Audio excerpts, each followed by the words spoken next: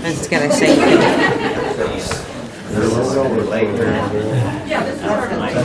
Yeah. I asked. Yes.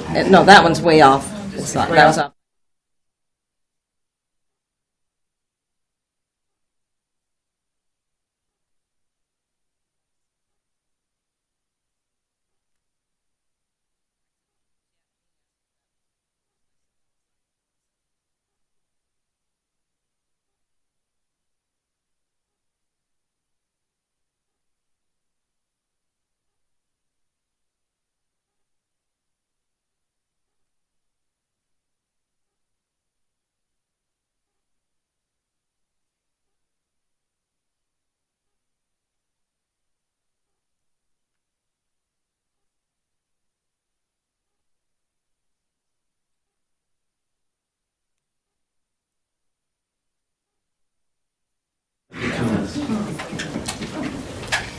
Randy Luby, would you lead us in the pledge this morning? I sure will. I pledge allegiance to the flag of the United States of America and to the republic for which it stands, one nation, under God, indivisible, with liberty and justice for all.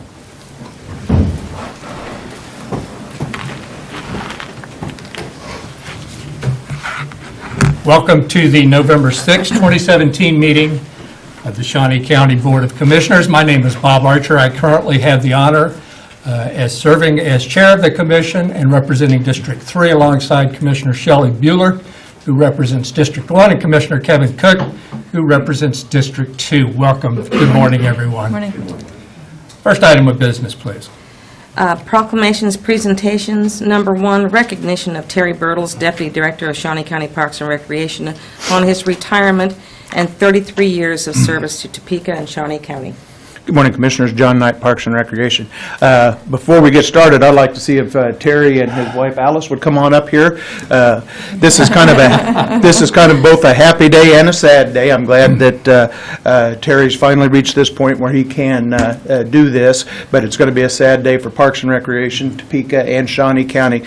He's left his mark on the quality of life of this community over his 33-year career. He's done a tremendous job. Most recently, a project, the Midwest Health Aquatic Center. He was the key lead on getting that built quicker than we anticipated and bigger and better than we anticipated. So that project turned out great. But that's just a few of his accomplishments. Over 33 years, I could be up here all morning and listing them all. But some of the key ones was his assistance in the merger.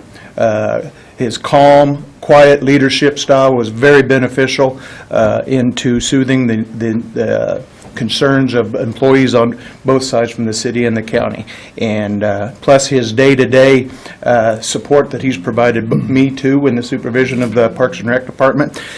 I would say that not all of our discussions were in agreement, but they all stayed in my office, and I appreciate that, and I appreciate his time with Shawnee County, Topeka, and our friendship. Thank you, Terry.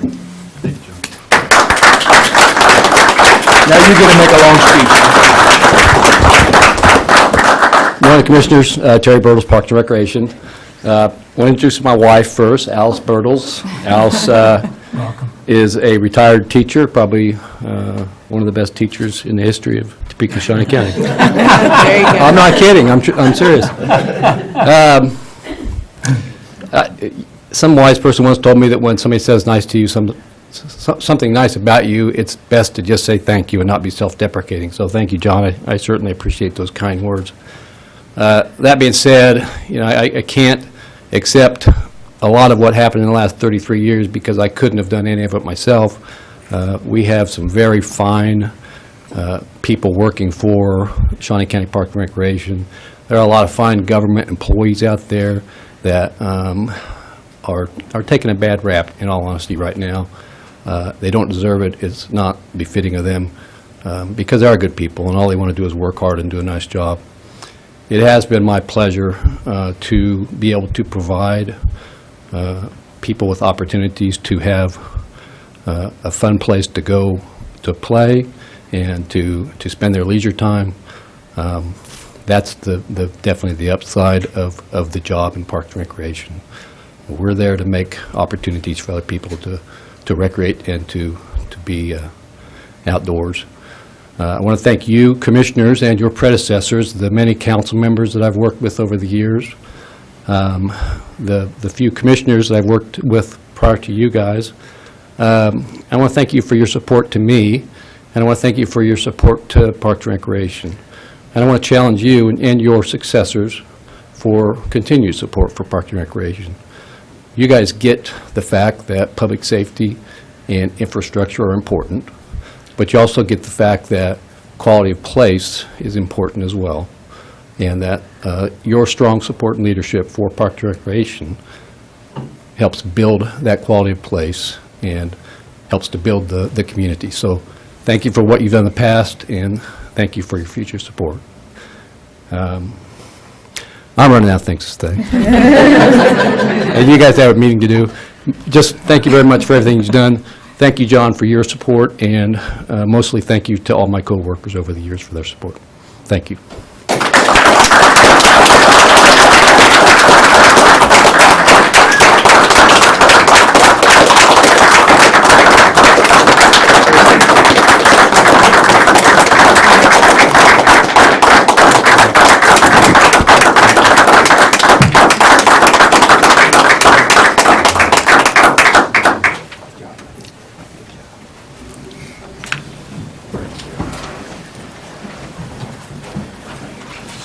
Well, I can't make any comments that would top that.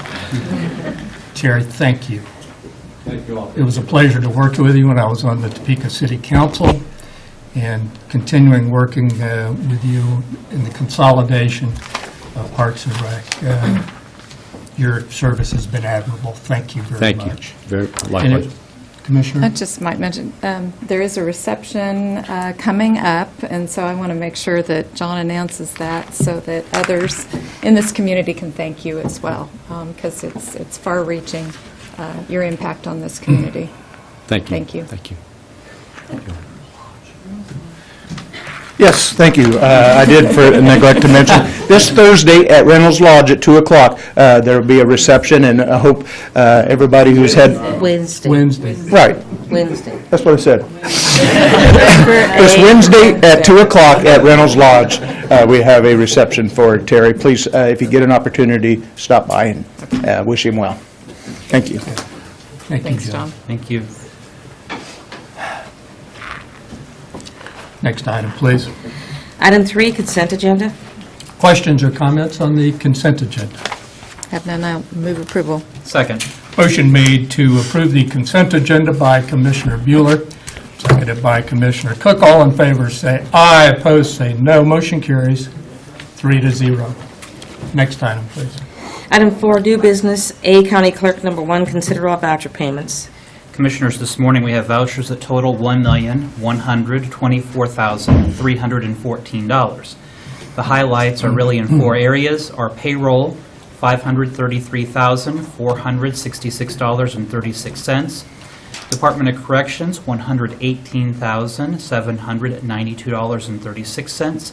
Health insurance with $265,156.67. And then holding accounts for the state of Kansas, Department of Revenue. Motor vehicle is $77,517.74. I do not have any questions regarding the vouchers and would move for their approval. Second. Motion made to approve the voucher report by Commissioner Cook, seconded by Commissioner Bueller. All in favor say aye, opposed no. Motion carries 3-0. Next item, please. There are no correction orders. Next item, please. Item B, facilities maintenance, number 1, consider approval of request to solicit proposals for construction of one ADA-compliant restroom within the Chambers area of Suite 410 with an estimated cost not to exceed $40,000. Good morning, Commissioners. Bill Kroll, Facilities Maintenance Director. This item is to go out for bid on the ADA restroom up in Suite 410. We had discussed a couple of weeks ago the division remodel up there. The restroom had been included in the design work of that. I did receive the design stuff from Falk Architects as well as the mechanical electrical specifications from McElroy Electric. so I can prepare an RFP should you give me the go-ahead, and we can get bids on that project. Questions or comments for Mr. Kroll? I'll make a motion to approve the request. Second. Motion made to approve by Commissioner Archer, seconded by Commissioner Cook. All in favor say aye, opposed no. Motion carries 3-0. Thank you. Next item, please. Item B2, consider approval of request to reject previously approved bid and instead award bid to Torgerson Electric for electrical service upgrade at the Shawnee County North Annex at a cost of $6,474 to facilitate the installation of the new vehicle lifts previously purchased by the Sheriff's Department and authorization and execution of contract C-389-2017 for same. Bill Kroll, Facilities Maintenance Director. After approval of the contract with CD Electric, when I contacted Chris McGinney, the owner, and asked him to proceed, he replied back with an email requesting an additional $4,500 in material costs that he said he forgot to include in his bid. So after visiting with Jim in the county counselor's office, we decided it was probably time to just go with somebody else rather than accept an additional $4,500. And Torgerson Electric, their bid, while not as inclusive and comprehensive as what CD had put together, will give us the power we need to get those lifts up and running, as well as some additional power for the future. I'll be happy to answer any questions you might have. Questions or comments from Mr. Kroll? Commissioner. Yes, Commissioner Cook. Bill, when this item was before the commission, I recall it was not submitted as a apples-to-apples bid return. We had, I believe, 3 different companies, if I recall correctly. Correct. And they had 3 different solutions or options to supplying power to these lifts. That's correct. And at that time, the presentation by you was that the bid was awarded to the one that you thought best met the power needs and the long-term needs of that facility and the lift and utilizing the electricity. That's correct. So is there, I guess I'm confused why, I understand price, and as commissioners, we should always be concerned about price. But why would we want to spend something, maybe there's the saying of being, saving a penny and costing yourself more in the end. If this isn't what we want. Well, this will easily meet the needs, without any question. The bid put in by CD Electric was literally moving the 200-amp panel from one location to another. The bid that Torgerson put in was putting a sub-panel off of that 200-amp panel that gives us 150 amps at that location. Ideally, yeah, 200 amps would be great, but future needs out there, we can probably, I wouldn't say probably, we'll almost certainly meet with 150 amps we're going to get there. We'll have approximately 90 amps left over by the time we hook up those 2 lifts, which would give us the opportunity to hook up 2 or 3 more lifts, tire changing machine, things that the sheriff has said that they would probably have in the future out there. All in all, the bid by CD was probably, again, the most comprehensive, but the $4,500 doesn't seem worth it. I did visit with our electrician, Evan Meyer, on that. His feeling is also that, we'll meet the needs that we have. CD's initial bid was lower than Torgerson's as well, which, when you put it all together, a low bid like that was, hey, this is going to be the best thing for us to get. When he comes back and asks for $4,500 more because he forgot materials, it's not the best deal for us, I don't think. Yes. Have we contacted Torgerson to see what it would cost to do put in the plan that CD had come up with, or the prior bidder? No, I did not ask Torgerson to do that. I just have concerns about why we would, if we determine what it is that would be the best for the annex, why we wouldn't pursue that as our option. Again, I just feel like we're trying to save a penny and, going to cost ourselves down the road. Well, it's not really a penny, it's $4,500. And, my thought on it was, we'll get what we need from the Torgerson bid. the three bidders, Current Electric, Torgerson, and CD, what I had them do is get with our electrician, and, we could have gone with an electrical spec, paid an engineer and things to come up with an absolute spec that everybody was bidding the apples to apples. My thought was, we'll have three master electricians, let them figure out, since the power is there already, what the best method would be to get that back to the location where we need it. All three did come up with different ideas on that. Chris's idea, definitely on the CD electric one, definitely the most comprehensive. All three would have met the needs. And I was particularly basically looking for the lowest price, so we could get this done as cheaply for the taxpayers as possible. I understand where you're coming from, but it will meet our needs. I just have concerns that I think that perhaps maybe the course of action should be to bid the one that's most comprehensive and see what our other vendors might be able to do for the one that's most comprehensive. Well, the other issue behind that, too, is the sheriff is really wanting to get those things going as fast as they can. So speed is also part of this issue. After it did get approved, the CD electric one, I contacted him that morning via email and said, let's proceed. And then I finally, he sends me the email back 3 days later saying, oh, I forgot my materials.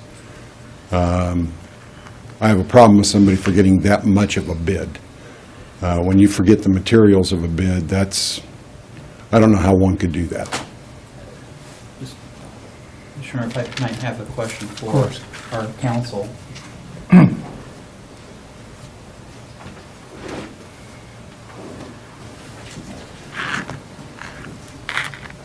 When we have somebody submit a bid and they contact us later saying they maybe made an error, what recourse does the county have? Per our policy, we will allow a bidder to have relief if, from a bid, if you can tell from the face of the bid that there was an obvious mistake. And usually you can see it from the information on the bid. There was an obvious mathematical error. The bid is, from scale-wise, is way out of place from the other bids, too much lower, something like that. And so we have given bidders relief in those situations before. After my discussions with Bill on that, I don't see that situation here. There was a $300 difference between the two bids. I'm not an electrician. I don't think most people looking at the bid sheet would be able to tell that, well, this bid obviously left off materials. They were close enough in price. It is complicated by the fact that they did provide different alternative solutions for responding to the proposal.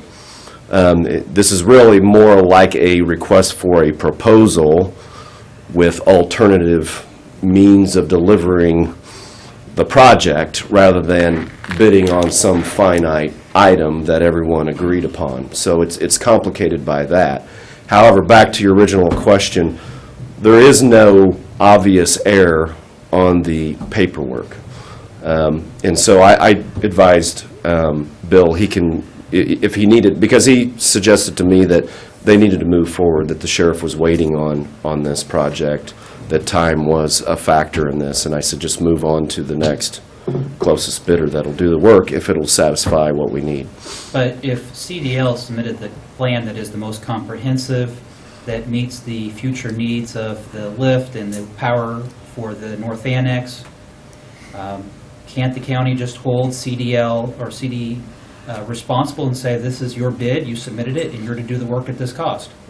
We can say that, but if they refuse to provide the work at the price that we want to pay them, I mean, I think the owner of CDL has indicated he will do that work for the additional $4,500. So we have to decide, if we want him to do the work, we're going to have to pay the additional $4,500. Isn't there a relief or remedy then for the county? We could file a lawsuit against that bidder. I mean, I would think that this is, probably not the best way to do business. No, I agree. We could do that. We'd have to make a decision that it was that we wanted to do that. Would you like some time to If we maybe, consider it more? if we could defer this until maybe Monday, and then, Jim, if you would be able to work with Bill and get a hold of CDL Electric and see if this can be remedied before we move forward on this awarding of a new bid. I'd be happy to. I motion to defer till Monday. Second. Commissioner Bueller, you I'll know. second. Okay. Motion made to defer by Commissioner Cook, and that's seconded by Commissioner Bueller. All in favor say aye. Opposed? No. Motion carries 3-0. Thank you. Thank you. Next item, please. Item C, Audit Finance. Number 1, consider approval of request to pay off Kansas Public Police and Fire, KP&F, initial past service cost balance of $379,954, with $150,000 from the Sheriff's 2017 budget and $240,000 paid from the 2017 general expense contingency budget. Good morning, Betty Greiner, Director of Administrative Services. I'll start out by giving you a little history on this.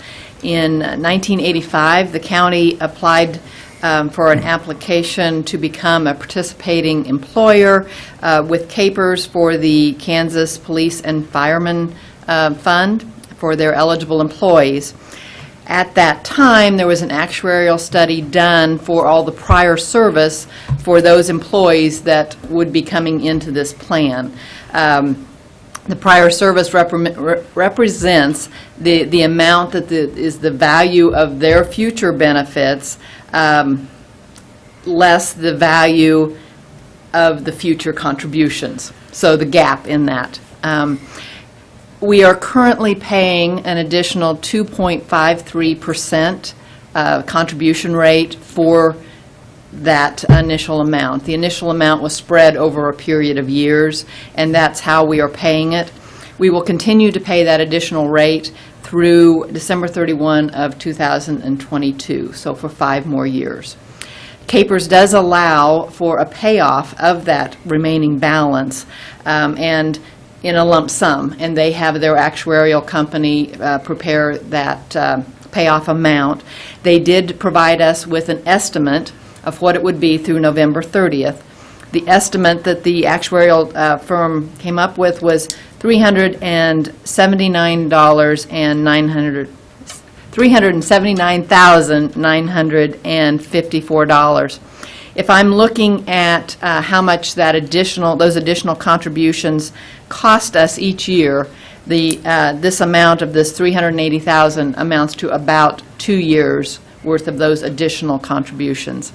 So you compare that to the 5 years that we will still have remaining to pay that, it obviously makes sense for the county to pay this off. And that would be significant savings, basically 3 years' worth of savings. So the sheriff and I met on this, and in a joint effort to try to realize these savings for the county, the sheriff has offered to pay $150,000 of this amount out of his 2017 budget, and then I'm requesting the remaining portion up to $240,000 to be paid out of the 2017 contingency funds. The actuaries will calculate the exact amount of this after our November 17th payroll. So it will be based on the actual payroll numbers. So I am requesting that you give me an additional $10,000 just in case this actual amount comes in higher than the estimate. So the $240,000 is including that additional $10,000. Hopefully it will be what the estimate came in, and it would be about $230,000. The sheriff is also here if you have questions for either one of us. Questions for Betty or Sheriff Jones? This takes care of all the unfunded liability. Yes, it does, and then we would go back to the base rate that everyone else, all the other counties are paying to KP&F. Okay. Are there questions or comments? No, I don't. Commissioner Cook? Do we have any other areas where we do have these unfunded amounts? We do pay the base rate or the normal rate for our employees. So I'm not with, not that I'm aware of, and certainly not with capers. Okay. So this would pretty much put the county on par or on course to be correct. Yes. Well, yes, not that it's incorrect. It's just that Fun we're, with it. yes. Costing more. Yeah. Yeah. I'll move to approve the request. Second. Motion made to approve the request by Commissioner Bueller, and that's seconded by Commissioner Cook. All in favor say aye. Opposed, no. Motion carries 3-0. Thank you, Betty. Next item, please. Item 5, Administrative Communications. Good morning, Commissioners. Kellen Seitz, excuse me, Inspector of Venue Management and the Kansas Expo Center. We finished up 4 great events this past weekend with United Rodeo Association Finals and the Holiday Food and Craft Mart, Spirit, Mind, and Body Fair, and 2 Roadrunners games. The ice started coming out of the building post-Roadrunners game last night and continues this morning when we will start to load in 10 to 12 tons of dirt for one of our largest events of the year for the Blizzard Bash. The Blizzard Bash starts Thursday and runs through Sunday for 5 separate performances. The Blizzard Bash will bring in tens of thousands of spectators, participants from all over the country. I haven't seen it yet, so I'm very excited to see it. I hear it's the Super Bowl of demo derbies, so we will have a ton of derby fans in the city of Topeka this weekend. That's the only event we have going on in the facility, and it takes up almost every square foot of parking space, building space, and everything in the on campus there at the Expo Center. So we're looking forward to that. Thank you, Kellen. Thank you. Anyone else this morning for administrative communications? Commissioner Bueller, Don't have anything other than remember to vote tomorrow. very good. Commissioner Cook? Absolutely. Just remember to vote on Tuesday. Very good. I was going to remind everybody to vote tomorrow. I was thinking, I've been a resident of Topeka for over 40 years now, and I've had the honor to serve on the Topeka City Council, and almost 4 years now on the County Commission, and I've watched with great respect as Larry Walgast has served as our mayor. And so I thought about it, and I want to say loud and clear, I think Topeka needs and deserves a full-time mayor. Next item, please. Item 6, Executive Session. There's not a need, so we're officially adjourned. Thank you for coming this morning.